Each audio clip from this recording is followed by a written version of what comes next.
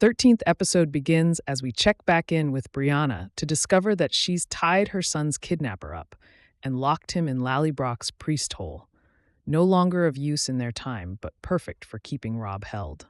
But Brianna's initial interrogation tactics, verbal threats, a hand around his throat, even a kick to the face, aren't enough to force Rob to spill information about Jemmy's whereabouts.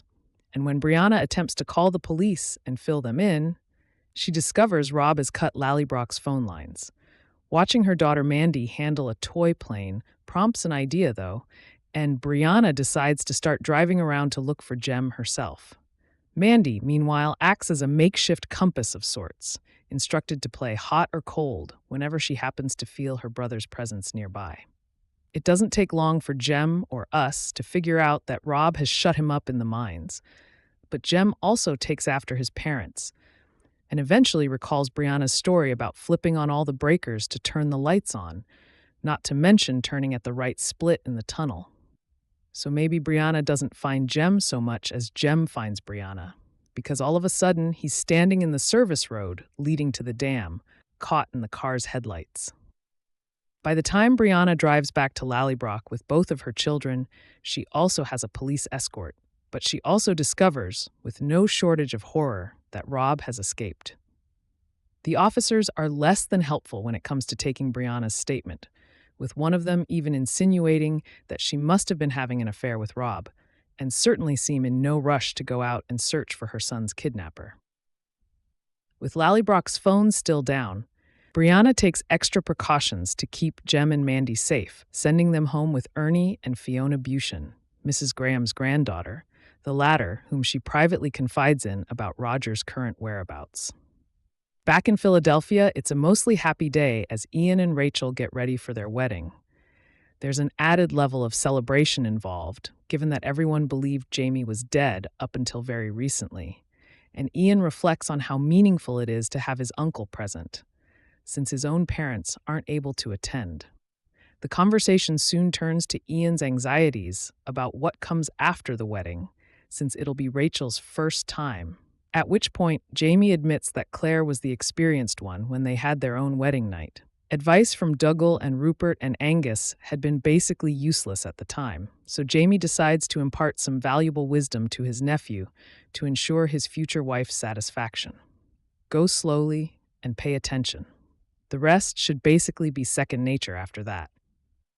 Rachel's brother Denzel makes it just in time for the wedding, but before the ceremony begins, he fills Jamie in on a few pertinent details regarding Lord John Grey, who hasn't been seen back in the city since fleeing captivity in last week's episode. Jamie clearly has regrets, not just about smashing John's face in, but also about the fact that his friend is still on the run and hasn't made attempts to contact him or anyone else. There's little time to dwell, though, as the wedding is about to begin. It's not your typical ceremony. Rachel mentions something about needing to listen to God's presence, but after a while, people are starting to get antsy. Rollo has fallen asleep, and even Jamie and Claire are whispering.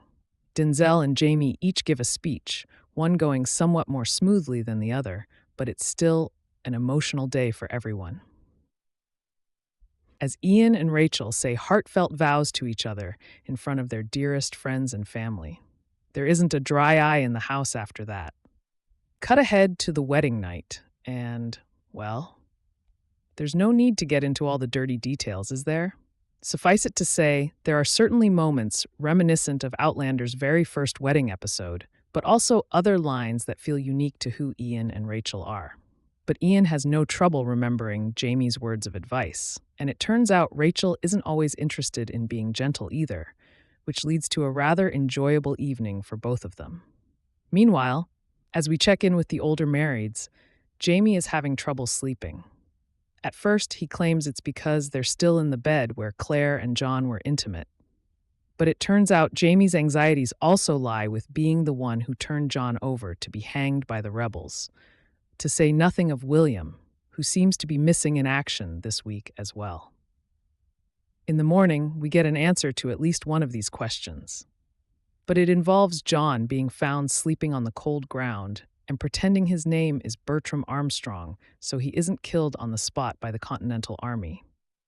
As Ian and Rachel find any excuse they can to linger in bed a while longer, Jamie dons his new uniform as a brigadier general, bemoaning the thought of having to drag Claire back onto the battlefront. "Bloody men," Claire says affectionately. "When will you realize you're not dragging us anywhere?" After an entire episode devoted to other storylines, this week finally checks back in with Roger and Buck back in 1739. Buck starts to wax poetic about Scotland's mountains, but it jogs Roger's memory about something Brianna said to him once, about feeling a pull similar to the stones around the dam where she works. The dam won't be there now, of course, but there could very well be stones in its place. Stones that were responsible for bringing Roger's father back through time. Retracing the path Jeremiah might have taken is as good a plan as any, and could bring them one step closer to the man himself. Discovering the stone circle, they find a War II survival kit, army rations included. And while there's a moment when the show tries to convince us that Jem might have come through the stones after all, it's a local kid, carrying the helmet belonging to Roger's father, who tries to run away. After some not-so-subtle threats from Buck, the kid spills the dirt. A strangely dressed man stole a sheep from someone in the village, so he ratted him out for it. The man escaped into the woods, but his days with both hands intact are likely numbered since theft isn't looked too kindly upon. It turns out Roger and Buck haven't been led astray this time. They find a man in a sheepskin bomber jacket gathering firewood, but before he can turn tail and run, Roger calls out to him as Jerry, knowing his father's nickname will stop him in his tracks. Shout out to Outlander's casting department, by the way. The resemblance between these two is uncanny. Rattling off a series of historical facts to convince Jeremiah of the truth, Roger knows there's only so much he can tell his father about the future, including who he really is. It's then that he gets the story of what happened to his father. His plane had gone down on the moors during a test flight, and he's found the stone circle while looking for the closest village. When he'd leaned against one of the stones to rest, he's woken up in 1739. Their conversation is cut short when the three men realize Jerry's still being hunted, and from that point on, it's a mad dash back to the stones. Roger drops a gem into his father's hand and urges him to go back to his own time, to his wife and son. When confronted with the chance to reveal the truth of his own identity, though, Roger only tells Jerry that the war will be won through the actions of men like him. After his father disappears through the stones, Roger considers the possibility that he'd been brought back to 1739, not to save one Jeremiah, but another, and that his son may have never come through the stones at all.